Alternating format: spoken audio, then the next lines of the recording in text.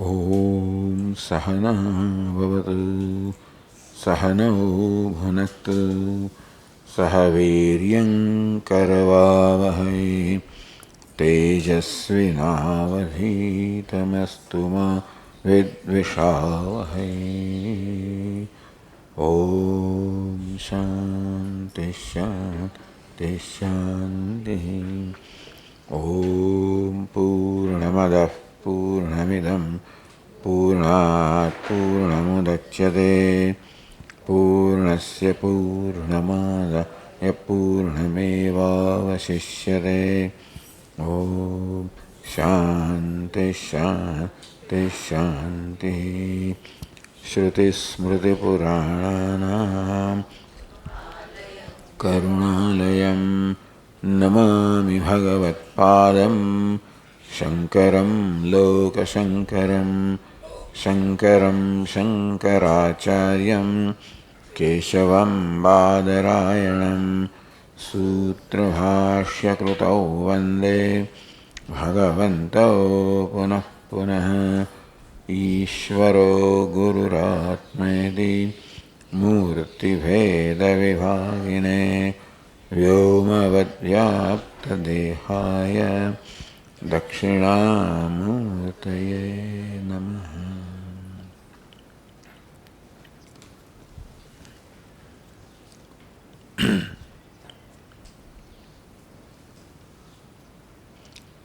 तो 604वां पान पर पादनोतमा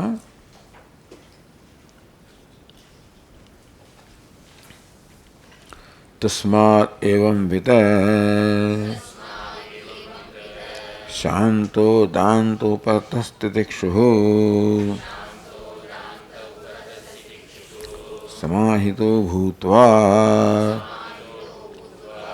आत्मनि एव आत्मानं पश्यति सर्वम् आत्मानं पश्यति इति।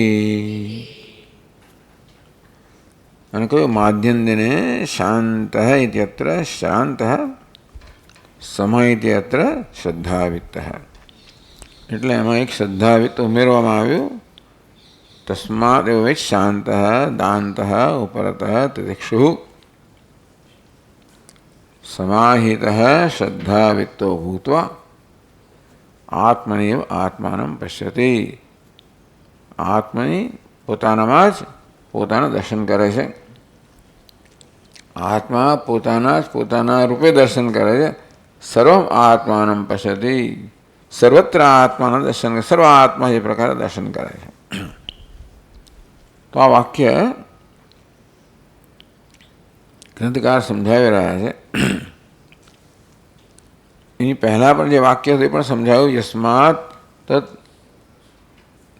1695 શ્લોકમાં यस्मात् पूर्वे विद्वांस पुण्यपाप विरजिता।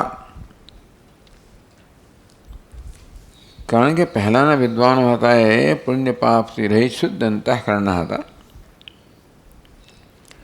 ईषणातर निरुक्ता जाता भिक्षाटने रता। सर्व पाप थी मुक्त થઈ જવાને કારણે જે સર્વ ઈષણાથી મુક્ત થઈ ગયા, રાગદ્વેષથી મુક્ત થઈ ગયા। कोई ईर्षा न रहे, कोई आसक्ति न रहे, कोई मांगणी न रहे, कोई जरूरियात न रहे। भिक्षाटने रता એટલે હવે એમને કોઈ કર્મ કરવાની આવશ્યકતા ન રહી। માટે કર્મના સાધનરૂપ ગૃહસ્થાશ્રમની પણ આવશ્યકતા રહી। માટે भिक्षाटन હતા એ ભિક્ષુઓ બની ગયા। એમણે સર્વકર્મનો સંન્યાસ લીધો। आत्मलोकेन संपन्नाः परिव्राजो जितेन्द्रियाः। ईषणा तो बधी अनात्मलोकनी होय। भूः भुवः सुवः अनात्मलोक छे। माटे पुत्र कर्म वित्त आना साधन छे। तो जયારે कोई लोक अनात्म लोकनी हवे कोई ईषणा नथी। तो अनात्म लोकनी प्राप्तिना साधन पुत्रनी कर्मनी वित्तनी कोई आवश्यकता नहीं। આત્મલોકેન સંપન્ના એ પ્રકાર આત્મલોકથી. અનાત્મલોક છે એ પ્રયત્નથી પ્રાપ્ત કરવાનો હોય. આત્મલોક તો નિત્ય પ્રાપ્ત છે, એટલે જ્ઞાનથી પ્રાપ્ત કરવાનો, જ્ઞાનથી જાણવાનો હોય. એટલા માટે એમણે ભિક્ષાટન કે કર્મ સંન્યાસ કે ભિક્ષા પરિવ્રાજક એનું જીવન પસંદ કર્યું. પરિવ્રાજો ચેતેન્દ્રિયા, કોઈ ઈર્ષાઓ જેના મનમાં નથી, કોઈ રાગ દ્વેષ નથી, કોઈ અશાંતિ નથી, ત્યારે ઇન્દ્રિયો પણ શાંત બની જાય. ચેતેન્દ્રિયા. આવું કારણ કે યસ્માત પૂર્વ વિદ્વાંસ, તસ્માત પૂર્વના વિદ્વાન મહાપુરુષોએ આ પ્રકારે કર્યું કે આ પ્રકારે થયું. તસ્માત, તો તેથી આજકાલના લોકો પણ યજ્ઞાદિ ક્ષીણપાતક શુદ્ધ માણસ આત્મેચ્છુ પ્રવ્રજેત એવં ગુણો ભૂત્વા સદા મુનિ. ઇદાનીંતન, અત્યારનો જે સાધક છે એને પણ આ પૂર્વના સાધકો છે કે સિદ્ધ પુરુષો છે એ આજના સાધક માટે માર્ગદર્શક બને.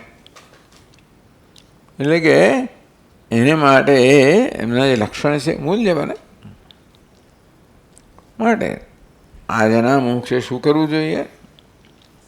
યજ્ઞાદિ ક્ષીણપાતક શુદ્ધ માનસ.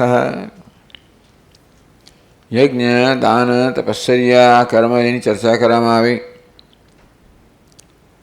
એના નિષ્કામ અનુષ્ઠાનથી ક્ષીણપાતક, પાતકથી રાગદ્વેષથી મુક્ત બને. એ શુદ્ધ માણસ પૂર્વના થયેલા પાપને કારણે રાગદ્વેષ અશુદ્ધિ વર્તમાનમાં હોય એ દૂર થાય એટલે શુદ્ધ માણસ, જેનો માનસ શુદ્ધ થયું છે. આત્મેચ્છુ, અને તેથી જેનામાં આત્માની જાણવાની ઈચ્છા જન્મી છે, જિજ્ઞાસા જન્મી છે, વિવિધિશા જન્મી છે.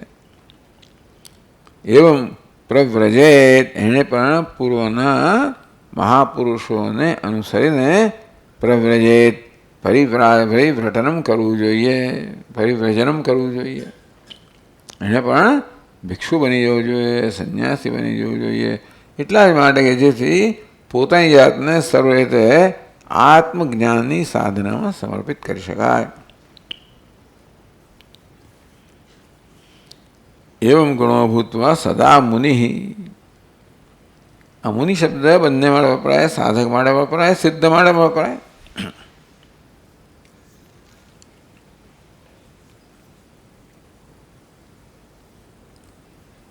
તો એણે હવે મુનિ બનવાનું છે એટલે શું કરવાનું છે? એટલા માટે તસ્માત એવો શાંત દાંત ઉપરત. તો વર્તમાન યુગના સાધક માટે કહેવામાં આવ્યું કે આ પ્રકારે શાંત દાંત ઉપરત તિતિક્ષુ બનીને આત્માના દર્શન કરવા જોઈએ. તો આત્માના દર્શન થાય. એટલે સમદમૌ પૂર્વોત્તરાર્ધાભ્યામ અભિનયતી. 1697 શ્લોકમાં મનસા વિષયાન સર્વાન પરિત્યજ્ય અર્ભકોપમ. એટલે આ અર્ધ શ્લોકમાં ઉત્તરાર્ધમાં શમની વ્યાખ્યા કરવામાં આવી સરળતાથી. અર્ભકોપમ, જાણે કે નવજાત શિશુ હોય એને કોઈ વિષયો માટે કોઈ આકર્ષણ ન હોય તે પ્રકારે મનસા સર્વાન વિષયાન પરિત્યજ્ય. આ તો એને તો ઘણા બધા વિષયોનું આકર્ષણ હતું, મુક્ત થવું.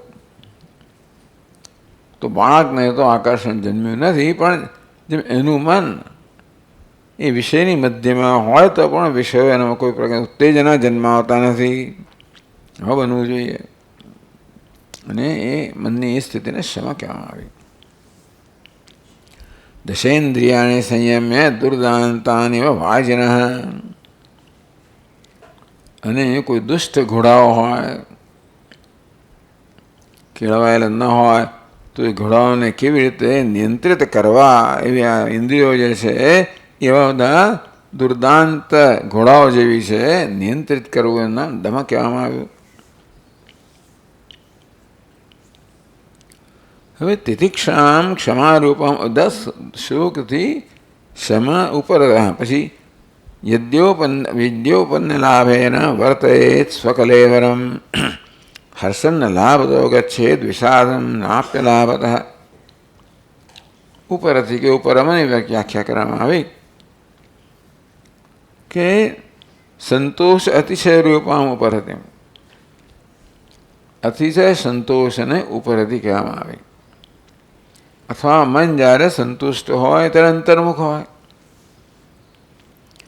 ઉપરથી કહો અંતર્મુખતા જ્યારે પ્રાપ્ત થાય ત્યારે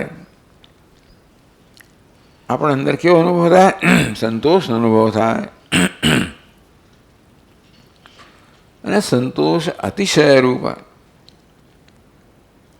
એ સંતોષની માત્રા વધતા વધતા આમ જેમ જેમ સમય એટલે માનસિક શાંતિ પ્રાપ્ત થતી જાય તેમ તેમ આત્મસંતોષ પ્રાપ્ત થતો જ જાય.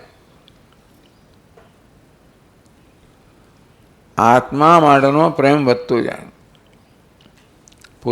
પોતાનાથી સંતોષ પ્રાપ્ત થતો જાય. એમ કરતાં કરતાં સંતોષ અતિશયત્વ, આ શમની છેડે પરાકાષ્ઠા કહે છે ઉપરમાં સંતોષની અતિશયતા. એ અતિશય સંતોષ પ્રાપ્ત થાય ત્યારે કેવું થાય? યથોપન્ન લાભેન સ્વકલેવરમ વર્તયેત. પોતાના દેહની સંભાળ લેવા માટે પણ યથોપન્ન લાભેન જે પ્રાપ્ત થાય એનાથી પોતાના દેહની કે પોતાની જાતની સંભાળ લેવી, અથવા એને પોતાની જાતની સંભાળ પર્યાપ્ત માનવું. હર્ષમ લાભતો ગચ્છેત વિષાદમ નાપ્ય લાભતઃ. દેહની સંભાળ લેવા માટે પણ સાધન પ્રાપ્ત થાય તો હર્ષ ન અનુભવે, ન પ્રાપ્ત થાય તો વિષાદ ન અનુભવે. આ પ્રકારે ઉપર તેની ચર્ચા કરવામાં આવી. હવે તિતિક્ષામ ક્ષમારૂપામ અભિનયથી કર્મ દશભિ. તિતિક્ષાનો ક્ષમા અહીં કરવામાં આવ્યો. સહનમ સર્વ દુઃખાના, બધા દુઃખને સહન કરવું. દુઃખ સહન કર્યું ક્યારે કહેવાય? અંતરમાં જ્યારે ક્ષમાની ભાવના હોય ત્યારે. ક્ષમા એટલે જે કોઈ આપણે દુઃખ પહોંચાડ્યું છે એના પ્રત્યે પ્રતિકારની ભાવના ન જ જન્મે, બદલો લેવાની ભાવના તો ન જ જન્મે, પરંતુ ઉપરથી એના હિતની ભાવના જન્મે. એવી બધી મોટી વસ્તુ કહી રહ્યા છે તિતિક્ષાના વર્ણનમાં. કર્મણા મનસા વાચા પીડામ ભૂતૈ કૃતામપી. ભૂતૈ પીડામ કૃતામપી. બીજા ભૂતો, બીજા મનુષ્યો કે બીજા જીવો જ્યારે પીડા કરે, કર્મણા મનસા વાચા, કર્મથી મને પીડા પહોંચાડે, વાણીથી પીડા પહોંચાડે, કે એમને વિચારોથી પીડા પહોંચાડે. કે અહીંયા આપણે વિચારો જાણી જતા હોઈએ છીએ કે શું ચાલી રહ્યું છે, આપણા વિશે શું વિચારાઈ રહ્યું છે વગેરે. તો આ પ્રકારે પીડા પહોંચે ત્યારે કયા પ્રકારનું ચિંતન કરવું જોઈએ? ચિંતન જે હકીકત છે એનું ચિંતન કરવું જોઈએ. દેહેન્દ્રિય મનસ્વેશ ઈશ જાન કોપમ ચ ન વ્રજેત. આ સાધક છે એણે જાણવું જોઈએ. શું જાણવું જોઈએ? દેહેન્દ્રિય મનસ્સુ એવા. આ બધી પીડા તો દેહ ઇન્દ્રિય મનના સ્તરે છે, આત્માના સ્તરે નથી, મારા સ્તરે નથી, મને નથી. એમ કહીને કોપમ ન વ્રજેત, મનમાં ક્રોધ ન જન્મવો જોઈએ, પ્રતિકારની ભાવના ન જન્મવી જોઈએ. આમ પ્રતિકારની ભાવનાનો અભાવનું નામ ક્ષમા કહેવામાં આવે. એટલે પ્રતિકાર માટેનું પૂરું કારણ છે. કોઈકે આપણને દુઃખ પહોંચાડ્યું છે, પીડા પહોંચાડી છે, એના માટે પ્રતિકાર કરવા માટે આપણી પાસે પૂરતું કારણ છે, અને છતાં પ્રતિકાર ન કરવો, એથી વધીને પ્રતિકાર ન જન્મવો, આ ક્ષમાની પરાકાષ્ઠા છે. એ તિતિક્ષાની પરાકાષ્ઠા કહેવામાં આવી. વિચારેત ઇદમ સ્વસ્ય ચિત્તે સ્વચ્છતમે સદા. આમ પ્રતિકાર કરવાની ભાવના ન હોય તો ચિત્ત સ્વચ્છ હોય. અત્યંત સ્વચ્છ ચિત્તમાં આ સાધકે આ પ્રકારે વિચારવું છે. વિચારેત સ્વચ્છ ચિત્ત.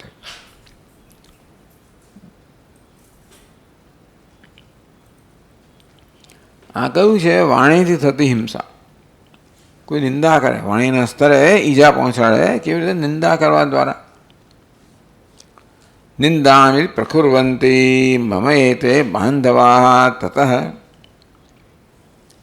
તો વાણીના સ્તરે અર્થાત નિંદા દ્વારા, અપમાન દ્વારા એ પ્રકારે કોઈ આપણને પીડા પહોંચાડે તો ઇદમ વિચાર સ્વસ્થ ચિત્તે ઇદમ વિચારેત. તો પોતાના ચિત્તમાં આ પ્રકારે વિચાર કરવો જોઈએ. નિંદામિ પ્રકુર્વંતી મમ એતે બાંધવા તતઃ. આ લોકો મારી નિંદા કરે છે, તેથી મારા તો બંધુઓ છે, શુભેચ્છકો છે, બધું હિત કરનારા. એટલે આ તો હિત કરનારા છે. કેમ ભાઈ? મયા સમર્ચિતમ પાપમ સર્વમેતમ નયંતિ અમી. મારી નિંદા કરવા દ્વારા આ બધા મારા બધા પાપને હરી રહે છે.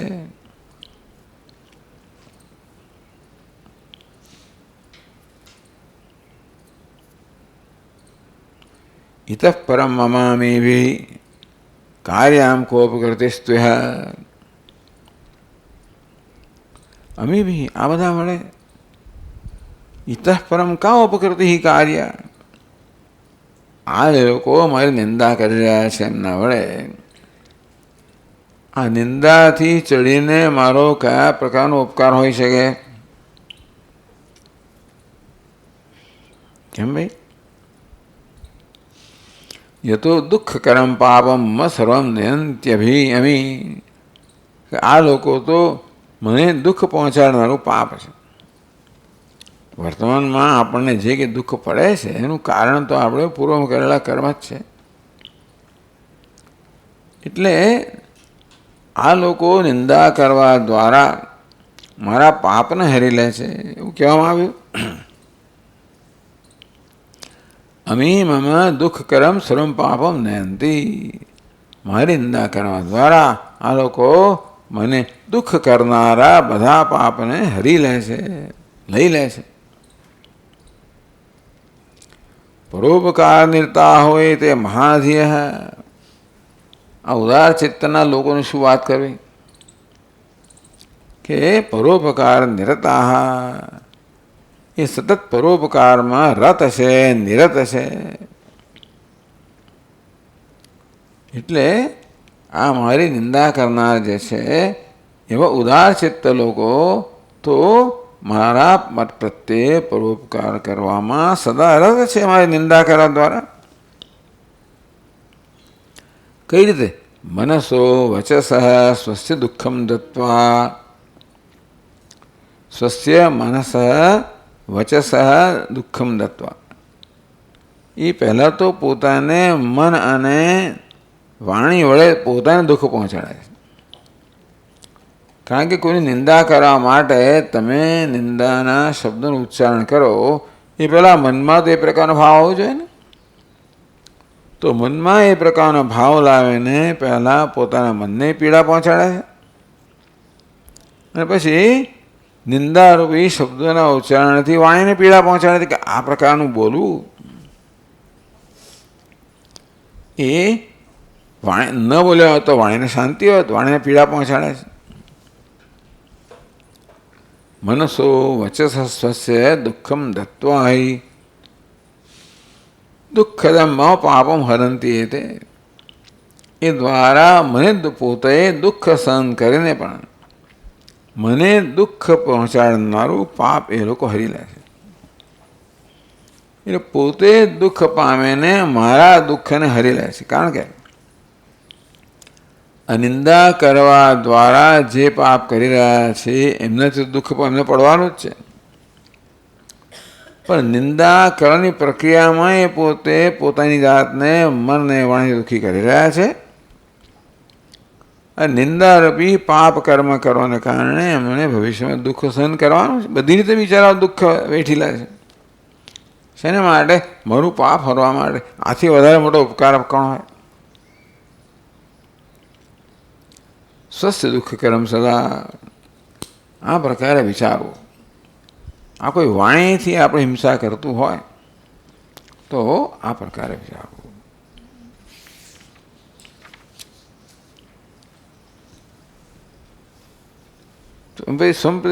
જિઘાંસામ દૃષ્ટવા, કોઈ કાયા દેહના સ્તરે ઈજા કરવાની ચેષ્ટા કરતો હોય એવો નિંદા કાલે વિચાર મુક્તવા, આ વાણીના સ્તરે પોતાને જે ઈજા કરવામાં આવી રહી છે તે વખતે કઈ રીતે વિચારવું એ બતાવે કહીને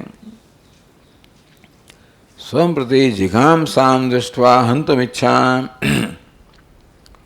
કોઈ પોતાને શરીરના સ્તરે મારવાની કે ઈજા પહોંચાડવાની પ્રવૃત્તિ કરે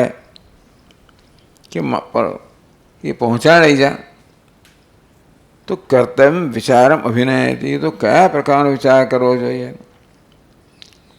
અભિનયથી એ વિચાર કરીને વિચાર વ્યક્ત કરવા દ્વારા આપણને સમજાવે છે કે કોઈ આપણને ભૌતિક રીતે ઈજા પહોંચાડતું હોય તો આપણે કયો વિચાર કરવો જોઈએ?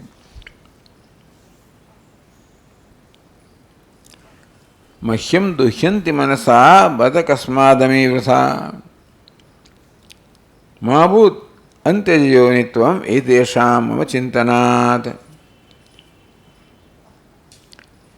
એતેષાં મમ ચિંતનાત અંત્યયોનિત્વમ મહાભૂત. આ લોકો મનમાં મારા વિશે જે પ્રકારે વિચારી રહ્યા છે જેને કારણે વાણીના સ્તરે નિંદા થાય અને દેહના સ્તરે આવી ભૌતિક ઈજા થાય, એ બધું જે કરી રહ્યા છે એને કારણે એ દેશામ અંત્ય યોનિત્વમ મહાભૂત, આ લોકોના અંત્ય યોનિ, બ્રાહ્મણ ક્ષત્રિય વૈશ્ય શૂદ્ર પછી અંત્ય, એટલે કે એ લોકોને ટૂંકમાં આપણે એવું સ્વીકારીએ તો આ લોકો છે અસ્પૃશ્ય અછૂત લોકો છે. એટલે સમાજ બહિષ્કૃત લોકો છે. એ બહિષ્કૃત લોકોનું કેવું જીવન હોય? બધા પ્રકારનું એમને અગવડ વેઠી, કોઈ પ્રકારનો લાભ ના મળે સમાજનો. સમાજની બહાર બહિષ્કૃત થઈ ગયા એટલે સમાજની જે વ્યવસ્થા છે એના જે કંઈ લાભ મળતા હોય તો ના જ મળે અને માત્ર તિરસ્કાર મળ્યા કરે. આવું અંત્યયોનિત્વ. એટલે આવો ટૂંકમાં સજા કરવા માટે લોકોની નાત બહાર કરવામાં આવતા હતા જૂના જમાનામાં. સજા કરવા માટે એમને કામ હોય એની વસ્તીઓ દૂર કરીને બહાર કાઢી મૂકવામાં આવે, ત્યાં એ લોકો જે કઈ રીતે રહેતા હોય. આવી રીતે એવું કહે છે કે આ પ્રકારે ભારતની અંદર અંત્ય જે કહો, અસ્પૃશ્ય કહો, એ બધી આખી વસ્તી ઊભી થઈ. ટૂંકમાં એટલે જે વર્ણાશ્રમ વ્યવસ્થા છે એનું મેનેજમેન્ટ કેમ કરવું, વર્ણાશ્રમ વ્યવસ્થા છે એને સાચવવી કેમ, રક્ષણ કેમ કરવું, આવી રીતે અપનાવતા હતા. એ ક્રૂર રીતે છે, નિષ્ઠુર રીતે છે. એટલે નિષ્ઠુરતાથી આ બધા જે કંઈ ગુના થાય નિષ્ઠુરતાથી એ ગુનાનો બદલો લેવામાં આવતો, સજા કરવામાં આવતી હતી. ગુનાઓ માટે આવી રીતે નિષ્ઠુરતાથી સજા કરવામાં આવતી હતી. એ વસ્તુ કામ કરતી નથી. તો સદીઓની આ નિષ્ઠુરતાએ આટલી મોટી વસ્તી જન્માવી, જે હોય તે. પણ ટૂંકમાં ચાલો, પણ હવે એટલે માટે મોટો શાપ છે અંત્ય યોનિત્વ. અંત્ય યોનિમાં જન્મવો એ મહાન શાપ છે. કારણ કે મહાન દુઃખ લાવનારું છે. આ લોકો જે કરી રહ્યા છે એના કારણે એમણે આવી અંત્ય યોની પ્રાપ્ત કરવી પડશે. આવી એનો બહિષ્કાર થશે, બધા પ્રકાર દુઃખ પ્રાપ્ત થશે એમને, એવું એમને ન થાય. મને જે થાય છે ખરું. અમી લોકા અકસ્માત મહ્યમ દુહ્યંતે જિગામ સંતિ. વિચારે કે આ લોકો શા માટે ભાઈ મને ઈજા પહોંચાડે છે. બત અનિષ્ટ ચિંતન ફલમ ચાંડાળય ત્વમેશામ માસ્તુ એથી કામે. મારા પક્ષે તો એવી કામના કરું છું કે મારા પ્રત્યે આ પ્રકારનું કૃત્ય કરવાને કારણે એને જે ફળો ભોગવવું પડશે એ કેવું છે, આ ચંડાળ યોનિમાં જન્મ લેવાનું. એમને ભગવાન એમને એવું ના કરે.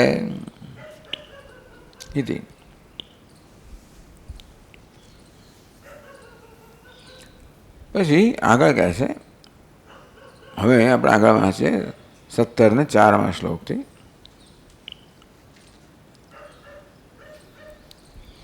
હસ્તયોઃ પાદયોઃ કસ્માત યથા મે તે પ્રકુર્વતે સ્વસ્ય મે તાડનાદેશાં મા ભૂત દુઃખમ યથા મમ.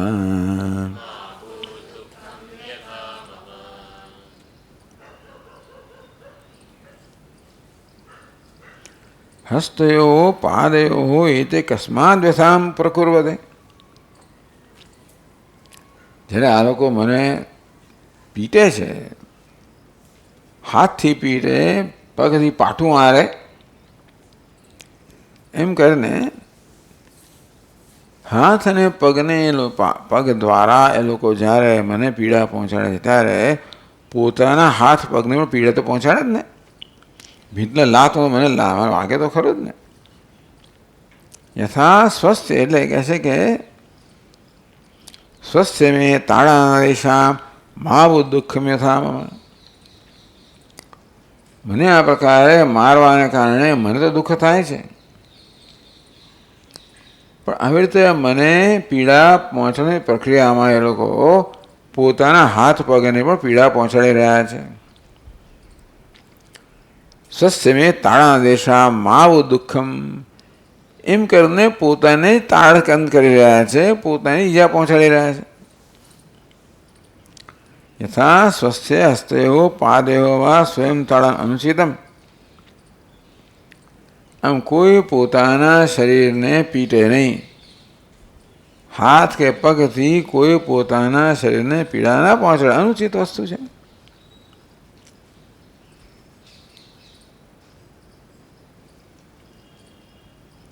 તથા મેં શરીરસ્ય તાળાનામ તે લોકો અકસ્માત કુર્વંતી. જેમ એ પોતાના શરીરને પીટે તો અનુચિત છે, તો તેવી રીતે મારા શરીરને કેમ પીટતા હશે? હું કહેવામાં બહુ મોટી વાત કરવામાં આવી. કેમ? એકાત્મકત્વ અવિશેષેણ સ્વાંગવત પરાંગતાળનસ્યાપી અયુક્તત્વ અવિશેષાત. તો સ્વયં તાળન અનુચિતમ,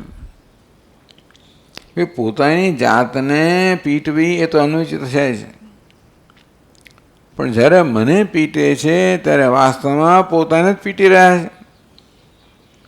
કઈ રીતે? એકાત્મકત્વ અવિશેષેણ. મારો જે આત્મા છે એમનો આત્મા છે, એટલે મારો ને એમનો આત્મા એક હોય તો આ મારું શરીર એમનું શરીર થયું ને. એકાત્મકત્વ અવિશેષેણ સ્વાંગવત પરાંગતાળનસ્યાપી અયુક્તત્વ વિશેષાત. સ્વાંગવત જે રીતે પોતાના અંગનું તાળન કરવું, પીડા પહોંચાડવી અયોગ્ય છે, તેવી રીતે સર્વદેહોમાં એક જ આત્મા નિવાસ કરતો હોવાને કારણે અન્ય દેહ પણ મારો જ દેહ છે, અને માટે એ દેહનું તાળન કરવું, પીડા પહોંચાડવી એ મારા દેહના તાળન સમાન છે, મારા દેહને પીડા પહોંચાડવા સમાન છે. અર્થાત એ લોકો મારા દેહના તાડન દ્વારા પોતાના જ દેહને પીડા પહોંચાડી રહ્યા છે. હું કેમ કરતા હશે? તો કસ્માદ દેહતે વ્યથામેતે પ્રકુર્વતે. શા માટે આ લોકો પોતાના દેહ કહે? પોતાના દેહને કેમ એ લોકો વ્યથા પહોંચાડી રહ્યા છે? કારણ કે આત્મ એક હોવાને કારણે મારો દેહ અને એમના દેહ વચ્ચે મારો દેહ એમનો જ દેહ છે. અંતેથી મારે શું વિચારવું જોઈએ? સ્વસ્ય મેં તાળાદેશામ મહાભૂત દુઃખમ યથામમાં. તો કહે છે કે અહંતુ કામે, હું તો મનમાં આ પ્રકારની કામના કરું છું. એ દેશામ સ્વસ્ય મેં સ્વશરીર તુલ્યસ્ય મત શરીરસ્ય તાળનાદ.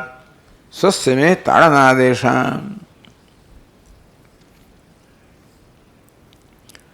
સ્વસ્ય મેં, સ્વસ્ય એટલે સ્વશરીર તુલ્યસ્ય મત શરીરસ્ય. એ લોકો એમના દેહની તુલ્ય જ મારા દેહની તાડન કરી રહ્યા છે. એ દ્વારા પોતાના દેહનું તાડન કરી રહ્યા છે. તો આ દેહના તાડનને કારણે મને જે દુઃખ જન્મે છે એ દુઃખ એમને ના જન્મે. તો કર્મફળને કારણે ક્યારેક તો આવું થવાનું જ છે. પાછું વાવો તેવું લણો, કરો તેવું પામો. આવું વાવે છે આવું લણવાના જ છે. અને તેથી અત્યારે જે તે મારા દેહનું તાડન કરી રહ્યા છે, પીડા પહોંચાડી રહ્યા છે, તેમ એના પરિણામે એમને પણ એવું થવાનું જ છે. એવું ના થાવ. અહં તો એમ કામ હું તો આ પ્રકારની કામના કરું છું. એ તેષામ સ્વસ્ય મેં સ્વશરીર તુલ્યસ્ય મત શરીરસ્ય તાળનાદ. આ લોકો પોતાના દેહ સમાન મારો દેહ, મારા દેહનું તાડન કરી રહ્યા છે, પણ એ મારો દેહ એમના દેહ સમાન જ છે. અને માટે આ દેહનું તાડન કરો. જે પીડા જન્મે, પીડા એમને થઈ રહી છે કે થશે, તો એવું પીડા એમને ના પહોંચાડો, ના પહોંચે એવું મનમાં ઈચ્છું છું. તો મારા શરીરના સ્તરે દ્રોહ કરનાર લોકોને અંત્ય જીવનીમાં પ્રાપ્ત થાય એ ન થાય. મને હવે તાડન કરનારને પોતે હવે આવા તાડનના ભોગ બને એવું એમને ન થાય.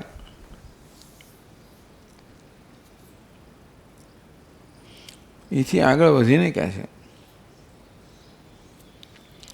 મત દુઃખદમ તું મયા પુરા કૃતમ દુષ્કૃતમ એ વહી ત્યાં. મત દુઃખદમ, મમ દુઃખદમ, દુઃખદમ દુઃખ આપનાર, મને દુઃખ આપનાર, મામ દુઃખદમ કહે છે. મને દુઃખ આપનાર કોણ છે ભાઈ? આ લોકો દુઃખ આપી રહ્યા છે, વાત બરોબર છે. એટલે પ્રત્યક્ષ સ્તરે એમ જણાય છે કે આ બધાને દુઃખ આપી રહ્યા છે.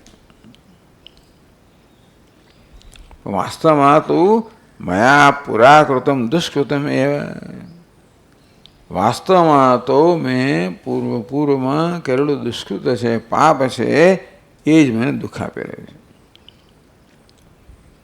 એ દુઃખ તો પાપ કર્મથી જ પહોંચ્યો. જે અત્યારે દુઃખ આપતા જણાય છે એ લોકો આ દુઃખ આપવા નિમિત્ત બને છે. એ જ ક્ષમા. એટલે આપણને ભૂતકાળમાં પણ ઘણા લોકો પ્રત્યે રોષની ભાવના જન્મેલી છે, એ હજી સંગ્રહાયેલી છે. કોઈકે મને આમ કર્યું, પેલું કર્યું, ફલાણે ફલાણું કર્યું, અને એ બધી વસ્તુઓ હજી મનમાં એનું હજી સમાધાન ન થયું હોય તો એ બધી વસ્તુ રોષ રૂપે મનમાં જમા થયેલી હોય છે. એટલા જ માટે એ વ્યક્તિનો વિચાર આવતા માત્ર મનમાં રોષની લાગણી જન્મે. એટલે ભૂતકાળની અંદર પણ વર્તમાનમાં જે પીડા પહોંચાડી રહ્યા છે અને ભૂતકાળમાં પણ જેણે પીડા પહોંચાડી, જે કંઈ પીડા કોઈકે પહોંચાડી, એ પીડા પહોંચાડનાર આ વ્યક્તિઓ નથી, પરંતુ મારું પોતાનું જે પૂર્વ કર્મ છે ને એ મને એના પરિણામે મને પીડા પહોંચી રહી છે. કર્મનો નિયમ આ પ્રકારે કહે છે. તો આ બધા શું કરે છે? આ તો માત્ર નિમિત્ત બને છે. મારા કર્મના પરિણામે મને પીડા પહોંચવાની હતી, એ પીડા પહોંચવા માટે યોગ્ય સંજોગો સર્જાવા જોઈએ તો પીડા પહોંચે. આ વ્યક્તિઓ જે મને પીડા પહોંચાડી રહી છે એ તો માત્ર આ સંજોગો સર્જવાના નિમિત્ત છે. મારા કર્મને કારણે એમને એ પ્રકારની પ્રેરણા પ્રાપ્ત થઈ રહી છે અને તેથી આ પ્રકારનું વર્તન કરી રહ્યા જેથી મને પીડા પહોંચે. આ વિચારોની રીત છે કર્મના નિયમ પ્રમાણે. મદ દુઃખદમ તુ મયા પુરાકૃતમ દુષ્કૃતમ એવ. વર્તમાનમાં મને દુઃખ આપનાર તો મેં પૂર્વમાં કરેલા દુષ્કર્મ કહો, પાપ કર્મ કહો, એ જ વર્તમાન દુઃખ આપનાર છે. એટલે કહે છે 1705 શ્લોકમાં, નૈતે કુર્વન્તિ મે કિંચિત દુઃખમત્ર સમાગતાઃ પુરાકૃતમ મયા યત્તુ તદેવાત્ર કરોતિ મે.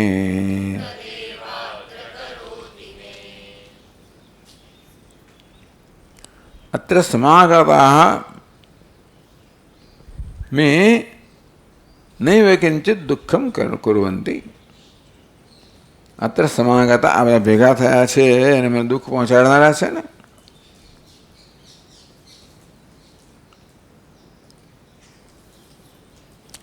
એ નૈવ કિંચિત દુઃખમ કુર્વન્તિ મે.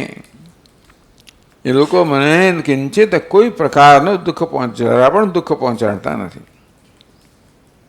અહીં એકત્રિત થયેલા બધા મને કોઈ પ્રકારનું કે જરા પણ દુઃખ પહોંચાડતા નથી. કેમ? પુરાકૃતમ મયા યત્તુ તદેવાત્ર કરોતિ મે. પુરાકૃતમ મયા યત્તુ, મારા વડે પૂર્વમાં, પૂર્વજન્મ કે પૂર્વમાં જે કૃતમ જે કર્મ થયું છે તદેવત્ર કરોતિ મે, એ મારું કર્મ છે એ જ મને આ પ્રકાર અત્યારે દુઃખ આપી રહ્યું છે. અહીં બધા ભેગા થયેલા કોઈ દુઃખ આપતા નથી, પણ મારું પૂરું કર્મ જ મને દુઃખ આપી રહ્યું છે.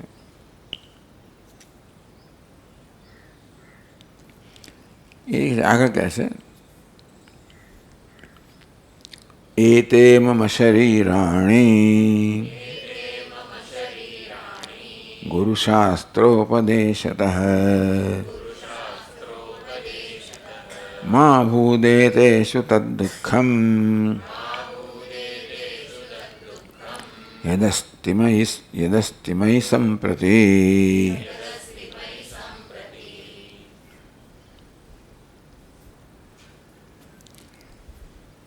એ તે હવે ગુરુશાસ્ત્રોપદેશતઃ, એથી પણ આગળ વધીને કહે છે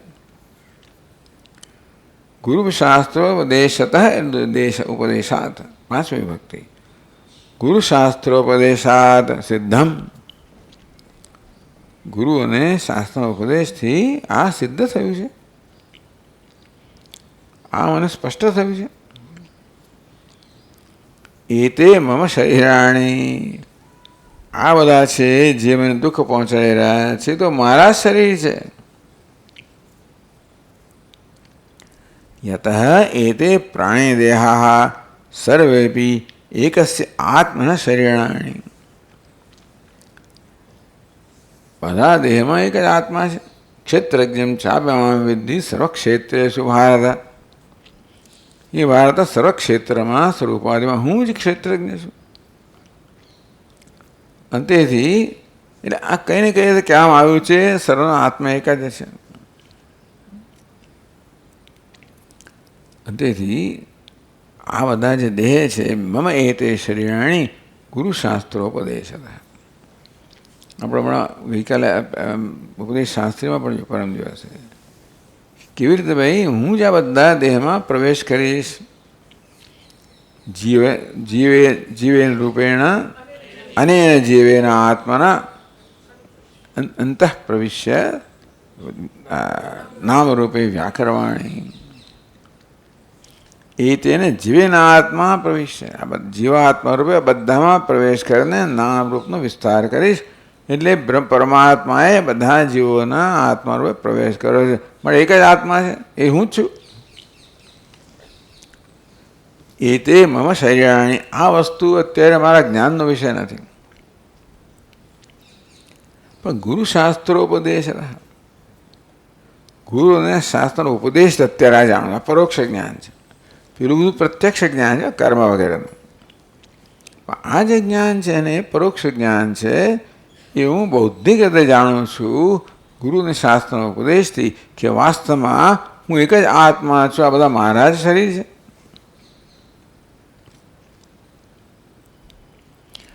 યદ એ પ્રાણીદેહ સર્વે બી એકસ્યાત્મ શરીરથી ગુરુશાસ્ત્રોપદેશાત સિદ્ધમ. તો ગુરુને શાસ્ત્ર ઉપદેશથી આ સિદ્ધ થયેલું છે કે એક જ આત્માના બધા જ દેહ છે. મા ભૂત એતેષુ તદ્દુઃખમ યદસ્તિ મયી સંપ્રતિ. પણ અત્યારે મારા પ્રત્યે જે દુઃખ થઈ રહ્યું છે એ દુઃખ એમને ન પહોંચો.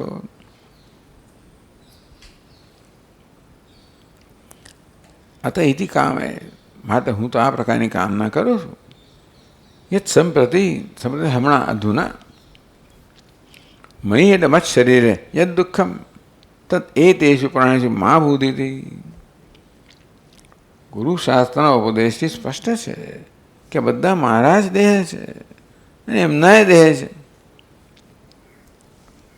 તેથી આ દેહને દુઃખ પહોંચવાના કારણે એ દેહને દુઃખ ન પહોંચે એવું હું તો કામના કરું.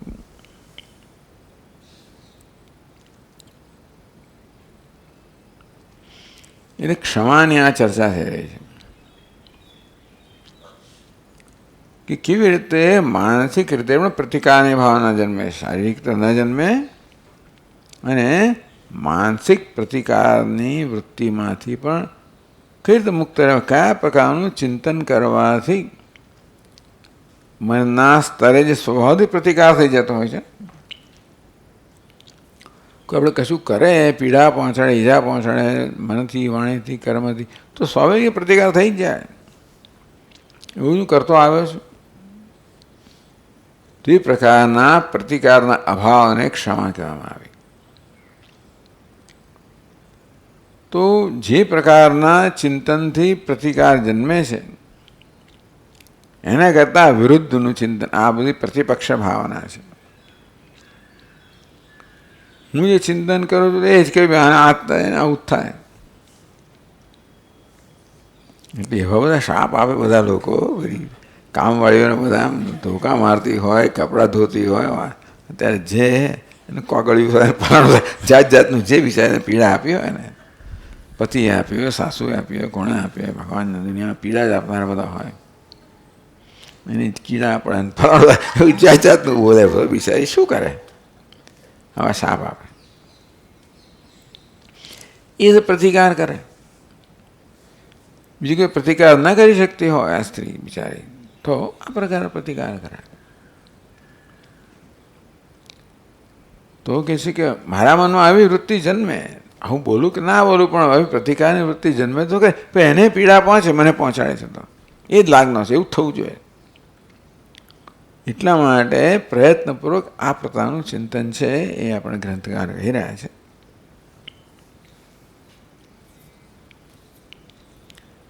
યત સંપ્રતિ અધુના મયી મત શરીરે યદ દુઃખમ તદેતેષુ પ્રાણેષુ મહાભૂતિ. અત્યારે મને જે દુઃખ પડી રહ્યું છે એવું દુઃખ એમને ના જન્મો એમ ન સહન કરવું પડે. તસ્માત એવમ અસ્તુ ઇતિ. ત્યારે કેવું હોવું જોઈએ ભાઈ? તો કયા પ્રકારની ભાવના મારા મનમાં હોવી જોઈએ? તો કહે છે સર્વેત્ર સુખિનઃ સંતુ સર્વે સંતુ નિરામયાઃ મમ ગાત્ર સમા જીવાઃ મા કશ્ચિત પાપમાપ્નુયાત.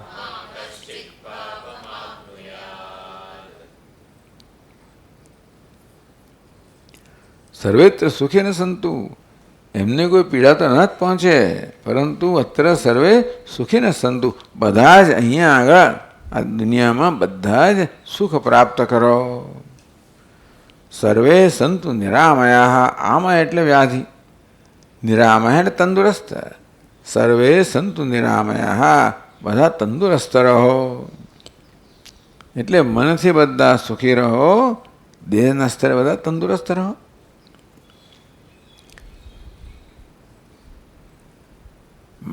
સર્વે સુખેન સંતુ સર્વે નિરામયા સર્વે ભદ્રાણી પશ્યંતુ મા કશ્ચિત દુઃખ ભાગ ભવે. મમ ગાત સમાહ જીવાહ મા કશ્ચિત પાપમાપ્નુયાત. ગાત્રમ એટલે શરીરમ. મમ ગાત સમાહ જીવાહ, આ બધા જીવો છે ને મારા દેહ સમાન છે. હું એક જ આત્મા સર્વમાં નિવાસ કરનારો છું, અને તેથી આ જીવો બધા મારા જ અંશ છે. અંશી ભાવ સ્વીકારીએ આપણે. આ બધા મારા જ ગાત્ર છે, મારા જ દેહ છે, મારા જ અંશ છે. મા કશ્ચિત પાપમાપ્નુયાત, આ મને ઈજા પહોંચાડવાના પરિણામે આ બધા મારા ગાત્ર મારા દેહ સમાન છે. બધા એમને કોઈ પાપ ના લાગે, એ બધા સુખી થાઓ, બધા તંદુરસ્ત રહો, અને એમને દુઃખ ના પહોંચે, એટલે એમને કોઈ પાપ ના લાગે, કોઈ પાપ પ્રાપ્ત ના થાય. ન પાપમ આપનુયાત. આવું થાય એટલે પેલું ન થાય અને આ પ્રકાર થાય. એટલે આ અગત્યની વસ્તુ છે. માત્ર ક્ષમા માત્ર નકારાત્મક વસ્તુ નથી કે પ્રતિકાર ન થાય એટલી જ ક્ષમાની મર્યાદા નથી. અહિંસા એટલે હિંસા ન કરવી એ જ માત્ર નથી,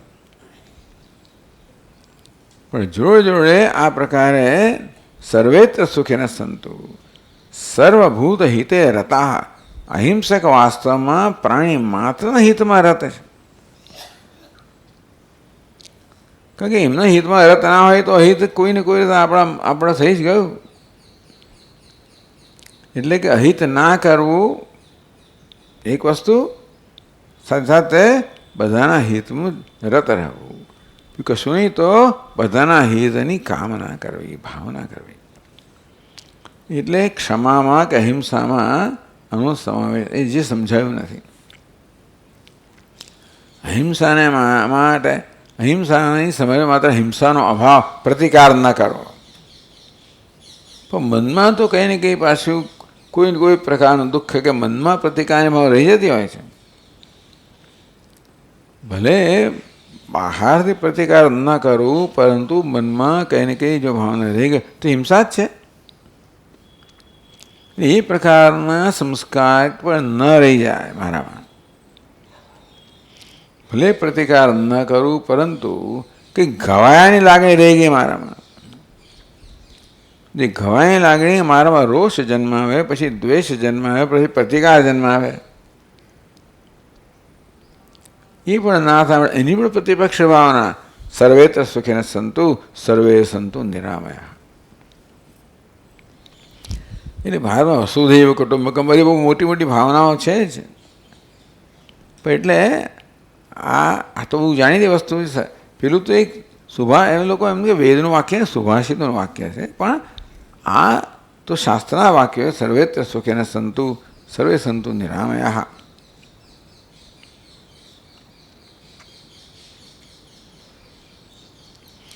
આ પ્રકારે એમણે ક્ષમાની ચર્ચા કરી. તો કહે છે ઇત્યાદિ ચિંતયિત્વાયમ નિર્વિકારો ભવેત સદા દુઃખે ભૂતકૃતે સ્વસ્ય દેહેન્દ્રિયમનસ્વપી.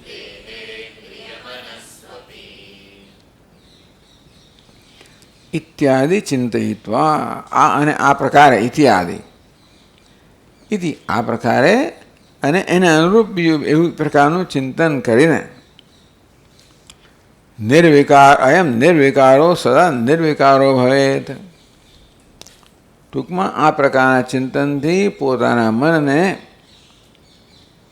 રોષરૂપી, પ્રતિકારરૂપી વિકારથી અથવા ઘવાની લાગણીરૂપી વિકાર, પહેલાં ઘવાની લાગણી જન્મે, પછી રોષ જન્મે, પછી દ્વેષ જન્મે અને પછી પ્રતિકાર જન્મે, આવી પ્રક્રિયા હોય. એટલે મનમાં વિકારની આ કક્ષાઓ થઈ. એટલે પહેલી જ કક્ષા મનની અંદર ઘવાની લાગે ન જન્મે એટલા માટે શું કરવું એ કહેવામાં આવ્યું. રોષ ન જન્મે પણ શું કર્યું, એટલે આ પ્રકારનો વિકાર ન જન્મે. અને નિર્વિકાર મનની નિર્વિકારતા કહેવામાં આવી કે મનમાં ઘવાની લાગણી જન્મે તો પણ એનો તરત જ નિકાલ કરવો, અથવા તો એ લાગણી જે ઘા જન્મ્યો ને એ ઘાને રૂજ લાવવી, હીલિંગ ધ માઇન્ડ અંગ્રેજીમાં કહેવાય. એટલે ઘા પડતા હોય છે અને એ ઘાને બને તો તરત રૂઝાવી દેવા જોઈએ. જેમ દેહના સ્તરે ઘા પડે તો કેવું રૂઝાવી દે, તેવી રીતે મનના સ્તરે ઘા પડે તો આ પ્રકારે રૂઝાવી દેવા જોઈએ. તો જ મનની નિર્વિકારતા કહો, શાંતિ કહો. ઇત્યાદિ ચિંતયિત્વા એમ નિર્વિકારો ભવે સદા, ક્યારે? દુઃખે ભૂતકૃતે સ્વસ્ય દેહેન્દ્રિય મનસ્વપી. સ્વસ્ય દેહેન્દ્રિય મનસ્વપી ભૂતકૃતે દુઃખે, પોતાના દેહ મન ઇન્દ્રિયોમાં પણ ભૂતો વડે, બીજા પ્રાણીઓ વડે, જીવો વડે, મનુષ્યો વડે દુઃખે કૃતે, જ્યારે દુઃખ જન્મવામાં આવે કે દુઃખ પ્રદાન કરવામાં આવે ત્યારે વણિત વિધ વિચારણ નિર્વિકારો ભવેત. વણિત વિધ વિચારના જે પ્રકારે વર્ણન કરવામાં આવ્યું એ પ્રકારના વિચાર દ્વારા મનને વિકારથી, ઘવાની લાગણીથી, રોષથી, દ્વેષથી, પ્રતિકારથી, આ બધા વિકારોથી મનને મુક્ત રાખે. કારણ કે અમુક રીતે વિચારવાથી આ દ્વેષ કે રોષ જન્મ્યો છે. હું ઘવાયો છે પણ મારું અર્થઘટન છે, કશું પણ અર્થઘટન છે. આ પ્રકારના વર્તનથી, વાણીથી, વિચારથી મને ઘા પહોંચાડવામાં આવ્યો એ પણ મારું અર્થઘટન છે કે આ જુદા છે, હું જુદો છું, આ દેહ છે મારો, પેલાનો વગેરે વગેરે. એટલે આ પ્રકારનું આપણું અત્યારનું દર્શન છે, દ્વૈત દર્શન છે. એટલા માટે આપણને આ વિચાર પદ્ધતિનો ઉપદેશ કરવામાં આવ્યો કે અદ્વૈત પર આ જે સત્ય છે એ અદ્વૈત પર આધારિત વિચાર થઈ શકે. હા, આપણે તો આ દેહને હું માનતા હોઈએ, દેહની બહાર બધી વસ્તુમાં જ ભિન્ન છે અને તેથી આ ભેદભાવને કારણે આ જાતના પ્રત્યાઘાતો જન્મે છે. એટલે કેટલી માત્રામાં જ અભેદ એ સત્ય છે એના આપણે કેટલી માત્રામાં આ પ્રકારે વ્યવહારમાં લાવી શકીએ.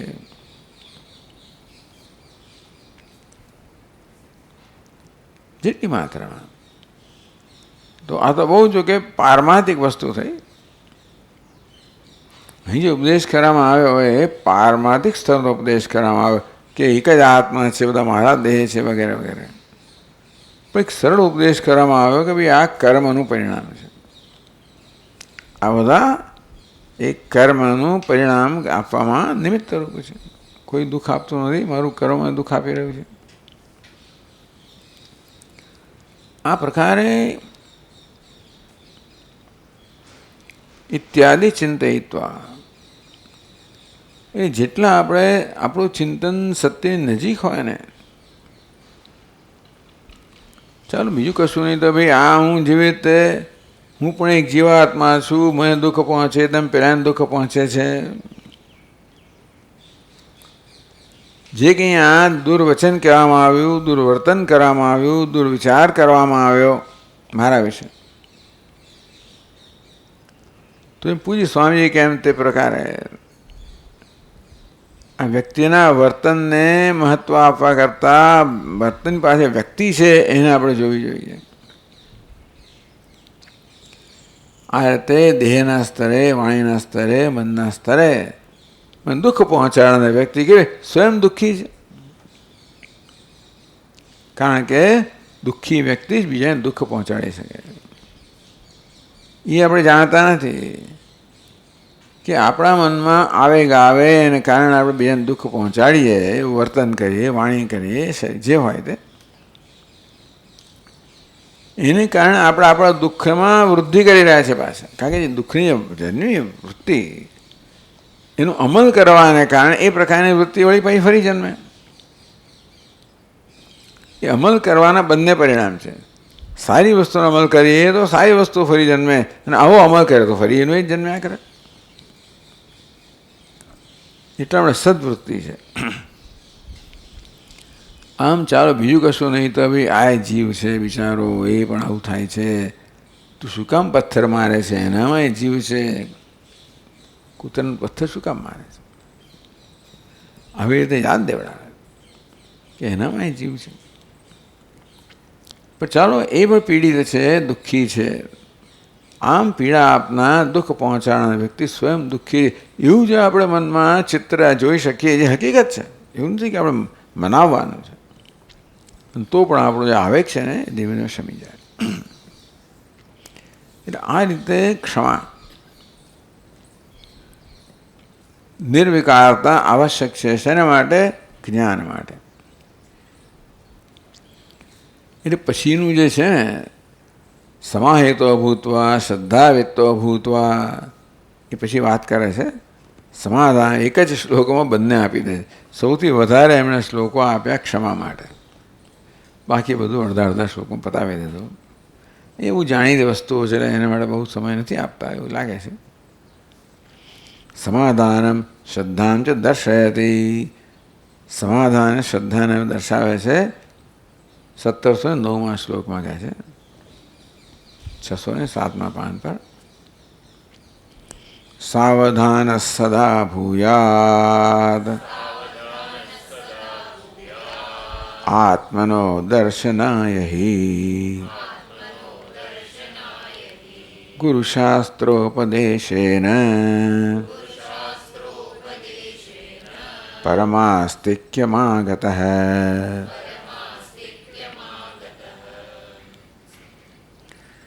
સાવધાન સદા ભૂયાત આત્મનો દર્શનાય હિ. આત્મદર્શનાય, આત્મા દર્શન માટે સદા સાવધાનો ભૂયાત, સદા સાવધાન રહેવું જોઈએ. અવધાનેન સહ વર્તતે ઇતિ સાવધાનમ. અવધાન એટલે જ અવધાન એટલે એકાગ્રતા. એટલે કહે છે કે અવધાન ચૈત્ય સ અવધાનમ, સાવધાનમ. અવધાન એટલે શું? અવધાનમ ચિત્તૈકાગ્ર્યમ, ચિત્તની એકાગ્રતાને અવધાન કહે છે. એટલે અવધાન પણ ચાલે, સાવધાન. તદ્વત ભાવરૂપમ, તો ચિત્તે એકાગ્ર તદ્વત્તા એ હોવાપણાને સાવધાન કહેવામાં આવ્યું. એની સ્થિતિને સાવધાનત્વ કહેવામાં આવે, કે સાવધાનમ કહેવામાં આવે. એટલે ભાવરૂપ નામ છે કહેવામાં આવ્યું. સમાધાનમ છે ને એ ભાવરૂપ નામ છે. એટલે અવધાન અને સવર્તમાનમ સાવધાનમ, તો તદ્ભાવરૂપે અવસ્થાને સ્થિતિને સાવધાન કહેવામાં આવ્યું. એટલે સાવધાન સદા ભૂયાત. ટૂંકમાં આવા અવધાન સહિતનો, સાવધાની સહિતનો હંમેશા રહો. શેના પ્રત્યે સાવધાન રહેવાનું છે? આત્મનો દર્શનાય હિ, આત્મના દર્શન માટે સદા સાવધાન રહો. એટલે કે દરેક દરેક પરિસ્થિતિમાં આત્મા દર્શન માટેની સાવધાની રાખો. ધ્યાન દ્વારા તો ખરું જ, એ સિવાય પણ, કારણ કે આત્મા સર્વવ્યાપ્ત છે, સ્વપ્રકાશ છે, સતત અનુભવનો વિષય છે, મારું પોતાનું સ્વરૂપ છે. એટલે મન સામાન્ય રીતે અનાત્મામાં એવું ગૂંચવાઈ ગયેલું હોય છે. અનાત્માને સત્યતા આપવાને કારણે, મહત્વ આપવાને કારણે, અને તેથી આત્માની સત્યતાનો ભોગ અપાય છે, આત્માના મહત્વનો ભોગ અપાય છે. એનામાં રાગ દ્વેષ. એટલે સતત આ પ્રકારે આત્માની વિશે સાવધાની રાખવી. ચૈતન્યની, સ્વપ્રકાશ ચૈતન્યની હુંની સાવધાની રાખવી. ઈશ્વરની સાવધાની કહો, આત્માની સાવધાની કહો. તસ્માત સર્વેષુ કાલેષુ મામ અનુસ્મર યુદ્ધ છે. હે અર્જુન, યુદ્ધ કરતી વખતે, કર્મ કરતી વખતે સર્વકાળે મારું સ્મરણ કર, ઈશ્વરનું, અહીંયા આત્માનું. અને પછી આગે ચિત્તને એકાગ્ર કરીને આત્માનું ધ્યાન કરવું તો છે જ.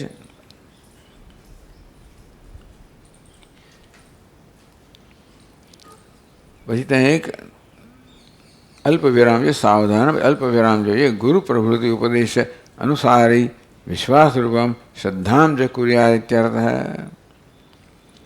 ગુરુશાસ્ત્રોપદેશેન પરમાસ્તિક્યમાગત. એટલે શ્રદ્ધાવિત્તો ભૂતવા સમાહિતો ભૂતો, એવું કહેવામાં આવ્યું અહીંયા એક રીતે.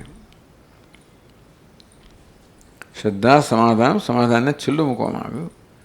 કોણે આ પ્રકારનું સમાધાન કેળવવું જોઈએ? ગુરુશાસ્ત્રોપદેશેન પરમ આસ્તિક્યમ આગત. ગુરુ અને શાસ્ત્રના ઉપદેશથી પરમ આસ્તિક્ય, આસ્તિક્ય એટલે શ્રદ્ધા કહો, આસ્તિક્ય બુદ્ધિ કહો, સત્ય છે એ પ્રકારની વૃત્તિને આસ્તિક્ય કહેવામાં. અસ્તિ, અસ્થિના ભાવને આસ્તિક્ય કહેવામાં આવ્યું. અસ્થિ છે, સત્ય છે. કે સત શબ્દ પણ સત્યમાંથી, સત્ય શબ્દ સતમાંથી બનેલો છે. એટલે ગુરુશાસ્ત્ર, ગુરુ વેદાંત વાક્ય શું? શ્રદ્ધા. એટલે શાસ્ત્ર ગુરુ વાક્ય છે સત્ય બુદ્ધિ શાસ્ત્રનું વાક્ય છે, ગુરુ વાક્ય સત્ય છે એ પ્રકારનું અવધારણ, એ પ્રકારનો નિશ્ચય. મનમાં એવો નિશ્ચય જન્મે કે શાસ્ત્રનું વાક્ય છે, ગુરુનું વાક્ય છે, સત્ય છે. એટલે મનમાં એ વિશે કોઈ પ્રકારનો વિરોધ ન જન્મે, કોઈ પ્રકારનો સંશય ના જન્મે. એ પ્રકારની મનસ્થિતિ હોય તો આ ઉપદેશનું ગ્રહણ, સ્વીકાર થાય, ગ્રહણ થાય, ધારણ થાય. આપણે સ્વામી કે સ્પંજની જેમ, સ્પંજ જેમ પેલા પાણીને ચૂસી લે, આ મન આ ઉપદેશને ચૂસી લે. ક્યારે? આ પ્રકારની શ્રદ્ધા હોય ત્યારે. ગુરુ પ્રભુતિ ઉપદેશ અનુસારી વિશ્વાસ રૂપામ શ્રદ્ધામ. ગુરુ પ્રભૃતિ, ગુરુથી માંડીને, ગુરુ છે, શાસ્ત્ર છે, ઈશ્વર, આ બધું જ. ઉપદેશ અનુસારી વિશ્વાસ રૂપામ, ગુરુ દ્વારા, આચાર્ય દ્વારા અથવા ઈશ્વરનો જે ઉપદેશ છે એને અનુસરીને, એ ઉપદેશ અનુસારે વિશ્વાસ રૂપામ, એ પ્રકારનો વિશ્વાસ કે આ જે કહે છે એને અનુસરીને વિશ્વાસ, જે કહે છે એ બરાબર છે. અને શ્રદ્ધા કહેવામાં આવી છે. કુર્યાત, એ પણ કરવી જોઈએ. એ કરવી જોઈએ એટલે થવી જોઈએ. બીજી વસ્તુમાં કરવાનું આવે છે, પણ આમાં તો શ્રદ્ધા કોઈ કરી શકે નહીં. શ્રદ્ધા તો જન્મવી જોઈએ. અને પૂર્વના પુણ્ય હોય, ઈશ્વરની કૃપા હોય, શાસ્ત્ર કૃપા હોય, આત્મકૃપા તો શ્રદ્ધા જન્મે. એટલે આ પ્રકારે આપણા મનમાં શ્રદ્ધા જન્મવી, કોઈ પ્રત્યે વિશ્વાસ જન્મવો કે આ કહેશે બરોબર છે, અમારા હિતે જ શું છે, અને કહે છે બરોબર છે એટલે બરોબર એટલું જ નહીં પણ મારા હિતમાં છે, આ પ્રકારનું મનમાં ભાવના જન્મવી બહુ મોટી વસ્તુ છે. એ જન્મે એના માટે તો ભગવાનની કૃપા હોય, એના માટે પ્રાર્થના હોય વગેરે, પણ એટલે કુરિયાત ભલે કહ્યું હવે શ્રદ્ધા કરવી જોઈએ.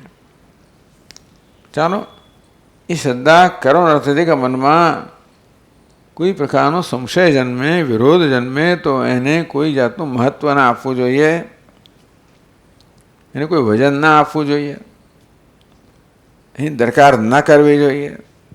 અને મનને ચાલ મન તું વિશ્વાસ રાખ, એ પ્રકારે મનને આપણે ધીમે ધીમે કેળવવું જોઈએ. જો મનમાં સંશય જન્મતો હોય, વિરોધ જન્મતો, આ કેવું હવે તો હતું હશે, આવું હોય તો શ્રદ્ધા તમે કરો જ કેવી રીતે ટૂંકમાં. પણ છતાં આ બધી વસ્તુઓ સ્વાભાવિક છે કે શ્રદ્ધાનો અભાવ બતાવે છે. એ કંઈ કોઈનો ગુનો નથી, શ્રદ્ધા ન હોય કંઈ ગુનો નથી. શ્રદ્ધા હોવી એ સદભાગ્ય છે ખરું, પણ ન હોવી એ કંઈ ગુનો નથી. શ્રદ્ધા હોય પૂર્વ કર્મનું પરિણામ છે, ન હોવી એ પૂર્વ કર્મનું પરિણામ કહો ચાલો. પણ શ્રદ્ધા નથી માટે આપણે કોઈને દોષ ના આપી શકીએ નથી ભાઈ. લોકો તો પોતાના શ્રદ્ધા તો મારી નાખવા, આમાં શ્રદ્ધા નથી એટલે એ જીવવાને લાયક નથી ત્યાં સુધી અક્કલ વગરની વાતો કરે છે, દુષ્ટ. પણ આપણે એવું હિન્દુ ધર્મ એવું નથી કરતો, વૈદિક ધર્મ શ્રદ્ધા નથી ચાલુ, એનું વ્યક્તિગત વસ્તુ છે. શ્રદ્ધા હોય ના હોય, હોય તો તારું કલ્યાણ થશે, નહીં હોય તો રાહ જોજે, પ્રાર્થના કરે. આ પ્રકારે તસ્માદ એવંવિત શાંત દાંત ઉપરતા તિતિક્ષુ શ્રદ્ધામિત્તો ભૂતવા સમાહિતો ભૂતવા, એટલું સમજાયું. પછી આત્મનેવ આત્માનમ પશ્યતિ, આત્માનેવ પશ્યતિ, એ આગળ સમજાવશે, જોઈશું આપણે. ઓમ પૂર્ણમદ પૂર્ણમિદમ પૂર્ણાત પૂર્ણમુદચ્યતે પૂર્ણસ્ય પૂર્ણમાદાય પૂર્ણમેવાવશિષ્યતે. ઓમ શાંતિ શાંતિ શાંતિ. શંકરં શંકરાચાર્યં કેશવં બાદરાયણં સૂત્રભાષ્યકૃતૌ વંદે ભગવन्तौ પુનઃ પુનઃ. ઈશ્વરો ગુરુરાત્મેતિ મૂર્તિભેદવિભાગિને વ્યોમવદ્વ્યાપ્તદેહાય દક્ષિણામૂર્તયે નમઃ. ઓમ શાંતિ શાંતિ શાંતિ. હરિ ઓમ. શ્રી ગુરુભ્યો નમઃ. હરિ ઓમ.